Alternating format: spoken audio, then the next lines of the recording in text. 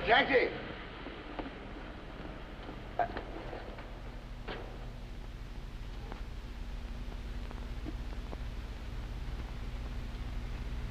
My hat!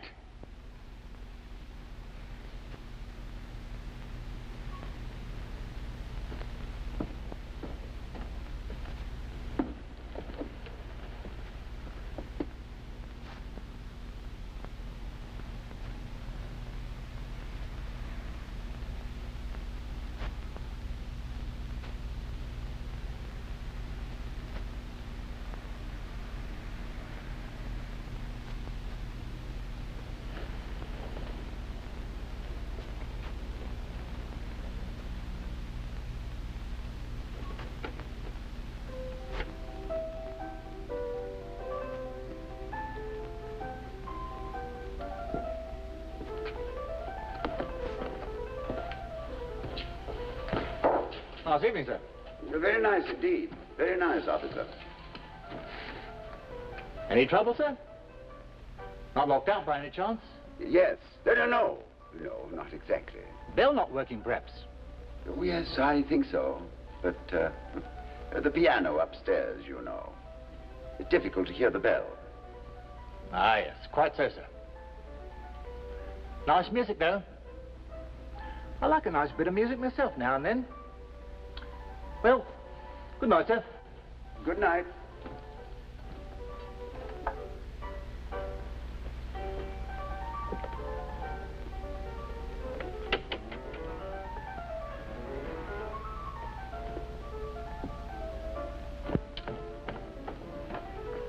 Excuse me a moment.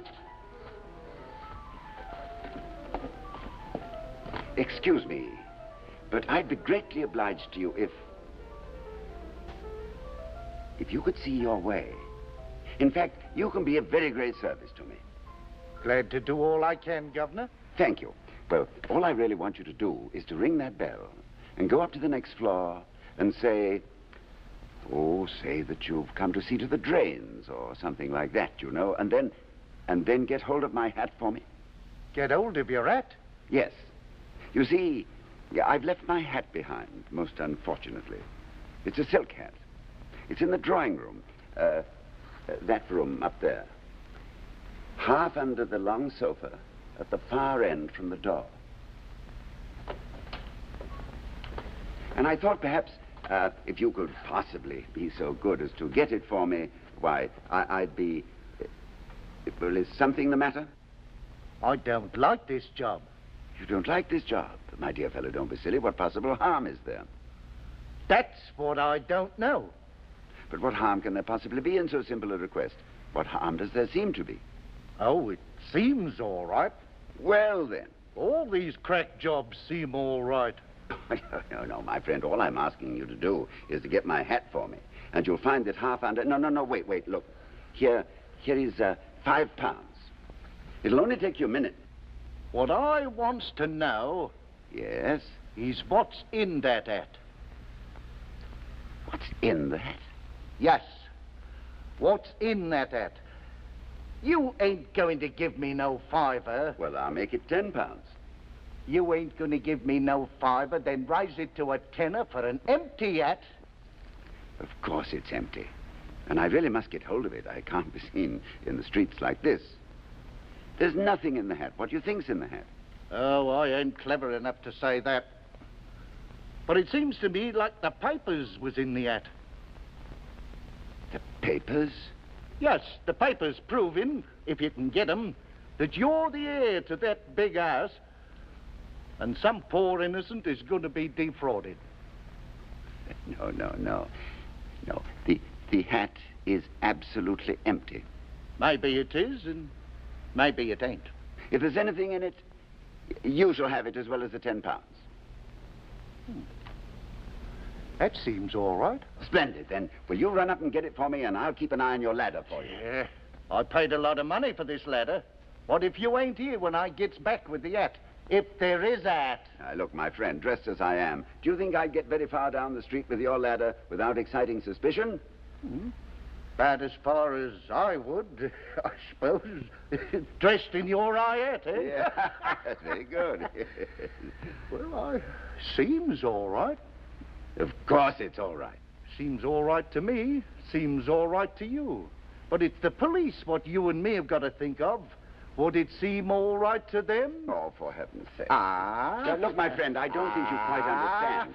No, for goodness sake, don't go. I got you there, Governor. No, don't go.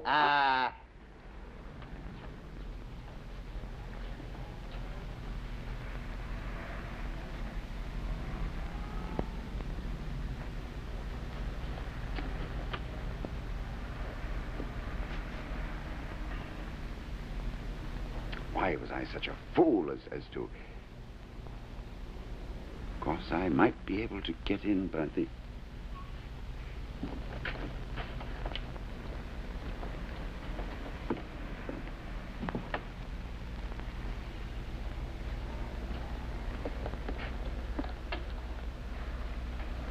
Oh, I do beg your pardon.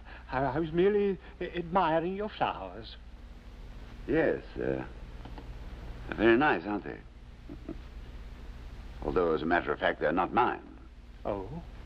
No, they belong to the lady who owns this house. Oh, I see. Very, very tasteful display.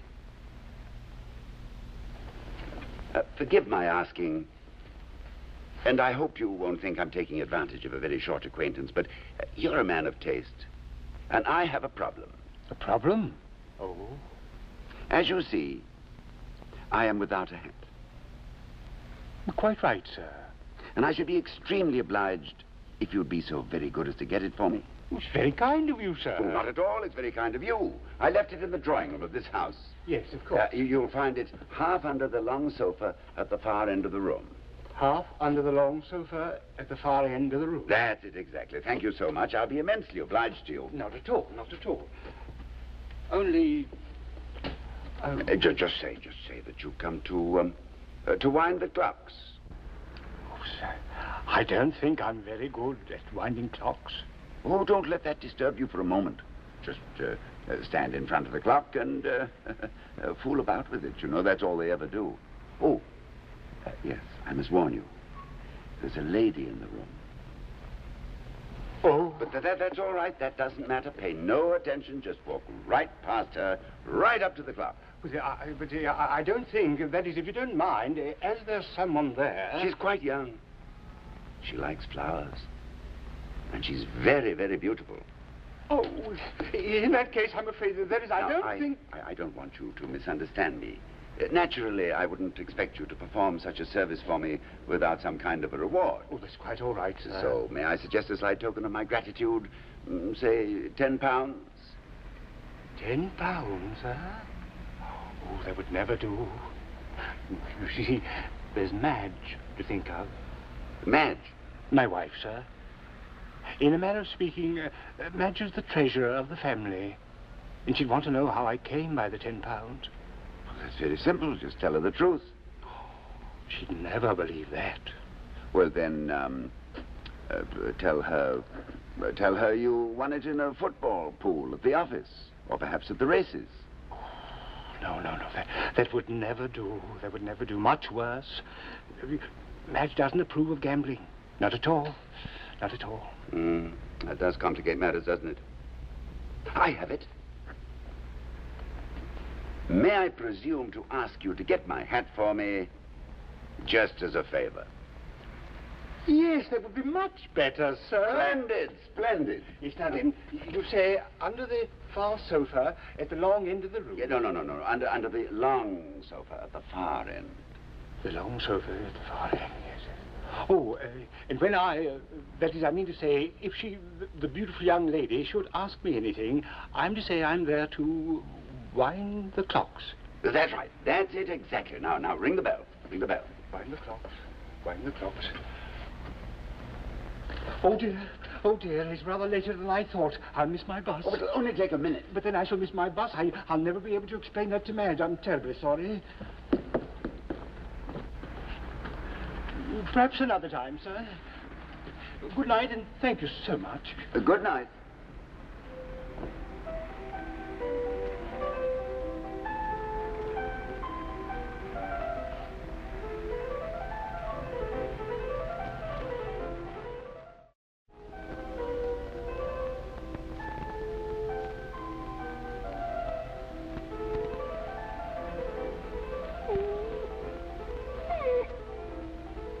I regard this as a very friendly gesture, and I want you to know I appreciate it. Now, you look like a man of the world. What would you do if you were in my place? Hmm? Oh, I can't go back. You know that perfectly well. I could not love thee, dear, so much. Loved I not... Well, you wouldn't understand, even if I could remember it. Have you ever been in love? Did you quarrel with her? And what did you do about it?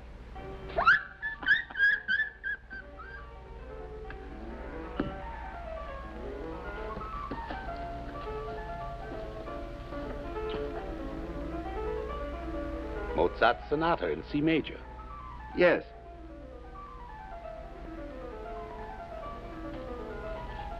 Excuse me. Excuse my stopping you. Not at all. But I should be immensely obliged to you if you would do me a very great favor. I have, unfortunately, left my hat behind while calling at this house. Hat? Yes. It's a silk hat. It's up in that room there, half under the long sofa at the far end. And I thought if you could possibly pretend you've come to tune the piano and then get my hat for me, I should be immensely grateful to you. Get hold of your hat. Yes.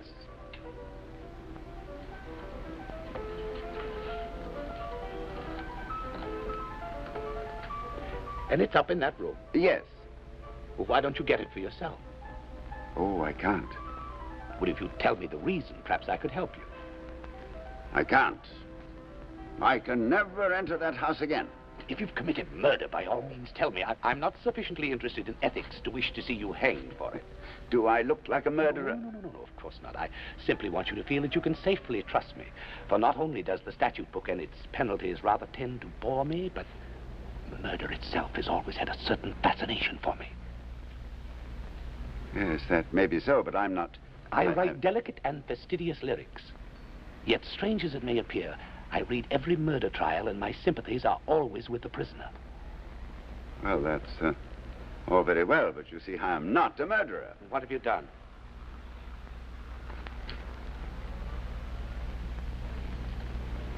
I will tell you. In that house there is a lady. She is very lovely, but I have quarreled with her. I have sworn never to darken her doorstep again, never again, to allow my shadow to cross her path. Furthermore, I have sworn to join the French Foreign Legion, where men of caliber, and may I say of all ages, are always welcome. Yes, life holding no further promise, I will join the Legion and die on the burning sands of Africa. It's beautiful. Beautiful? I'm a poet. You go to die for a hopeless love in a far-off country. It was the way of the troubadours. It is in the noble tradition of the troubadours, yes. No doubt they will sing once again and tell of my sorrowful destiny. Beautiful. Yes, thank you, but unfortunately I have forgotten my hat. Now, will you be so good as to get it for me? Well, I'd be very glad to do so, but first we must find an adequate reason for my entering the house. Oh, certainly, certainly. And as you appear to have a knowledge and an appreciation of music, why not pretend you have come to tune the piano? Unfortunately, that's impossible. The sound of the piano being inadequately handled is to me what the continual drop of cold water on the same part of the head is said to be in certain countries where this interesting torture is still practiced. Well, then we Once must I lodged with some friends of mine. They gave me the comfort and security which are a poet's necessity. But there was a governess there and a piano. For years, I've not been able to look these friends of mine in the face without a certain inward shudder. Well, we must find something else now. You're a poet. Indeed, yes. And you are bringing back romance. You're bringing back to these unhappy days the romance of an age where the ballads tell us that kings sometimes fought in no other armor than their ladies' nightshirt. They did? Indeed, yes. It's interesting. Impractical, but interesting. However, let us return to the subject. First of all, I must get my hat. Why? I can't possibly be seen in the streets without a hat. Why not? It can't be done.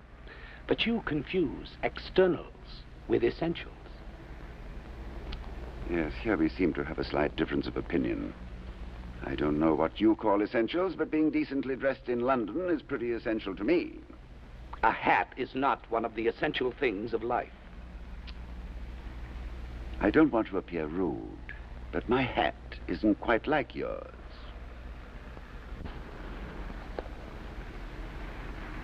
Let's sit down.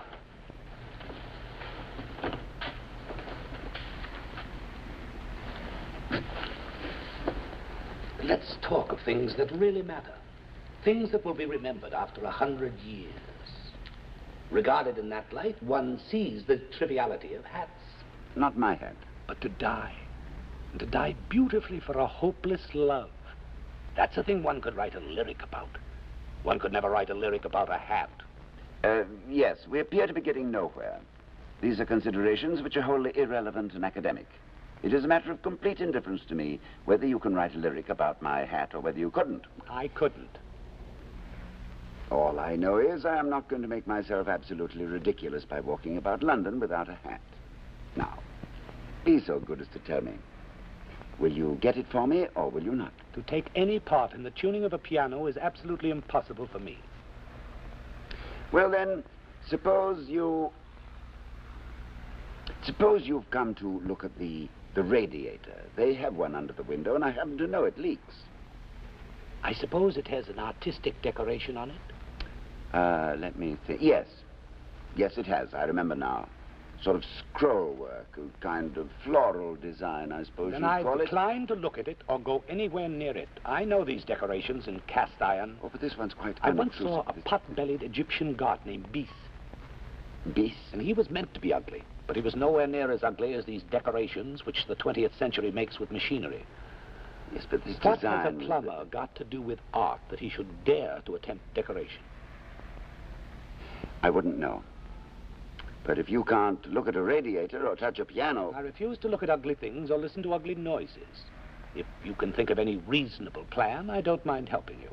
Why can't you think of a plan? If you're a poet, thinking's rather in your line. If I could bring myself to contemplate so absurd a thing as a hat for any length of time, no doubt I'd be able to think of a plan. But the very triviality of the theme makes it impossible. Well, I'll have to get it myself. No, for heaven's sake, don't do that. Think what it means. Oh, I know it'll seem absurd, but not so absurd as walking about London without a hat. Oh, I don't mean that. You'll forgive each other, you'll marry her, and have a family of noisy, sniveling children like everyone else. I will not marry her.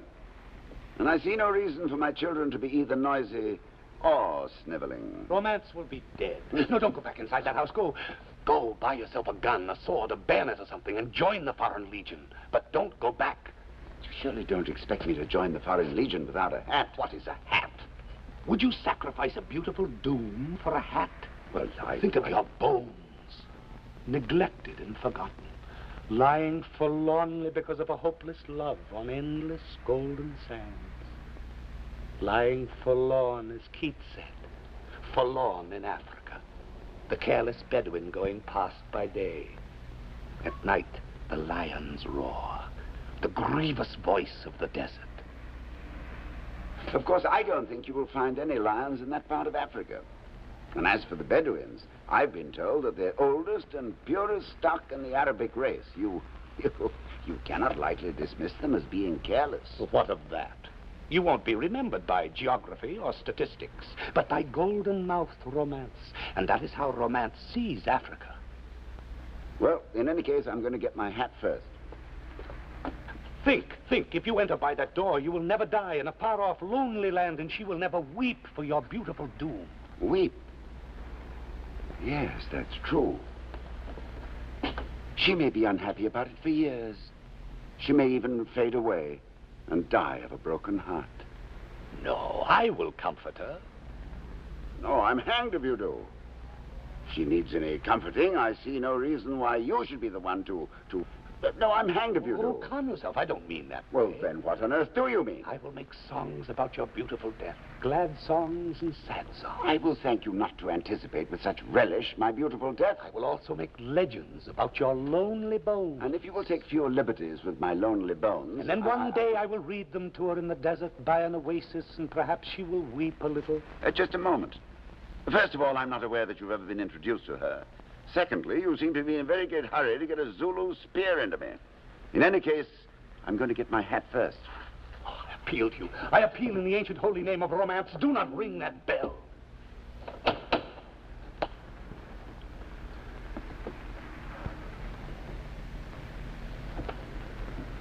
You will marry. You will go on 2-week vacations with your wife to Paris, perhaps even as far as Monte Carlo. And then the family will come. A large, sprawling family as far as the eye can see. You'll earn money to feed them like everyone else. No monument will ever be raised to your memory. Here. Hold these for me. I will get my hat and be with you again in 2 minutes. Together we will fly to Algiers and then to the Legion Post at Sidi Bel Abbes. You shall see me through the gates and into the burning desert beyond, where some Arabs may one day find my bones and wonder who loved them. Wait.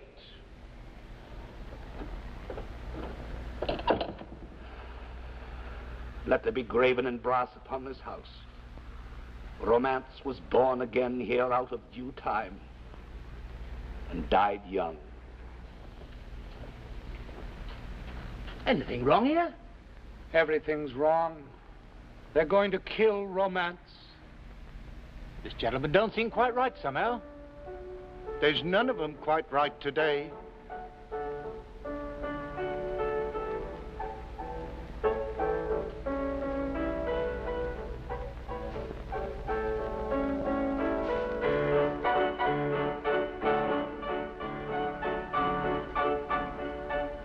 Oh, no!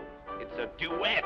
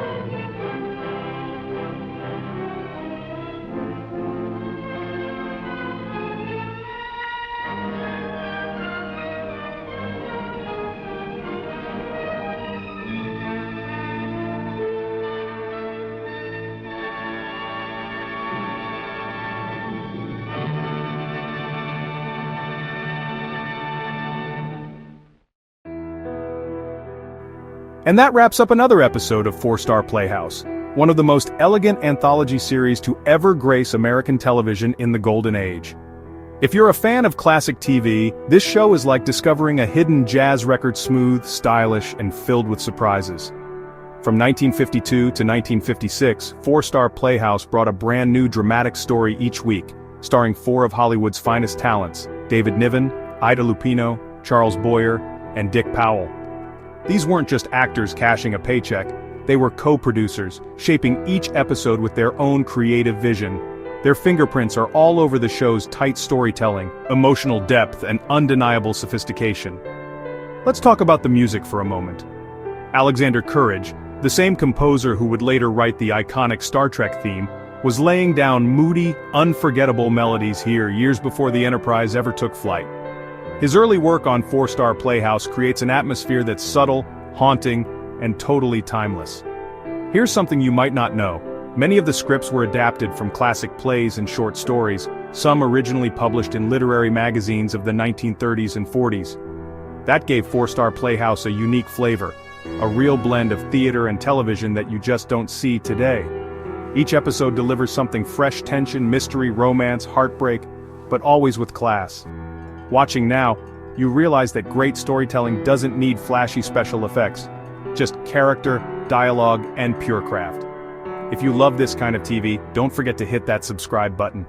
I upload restored classic TV and film daily, so if you're searching for true storytelling, you've just found your new home. Thanks for watching timeless full features, where the past never goes out of style.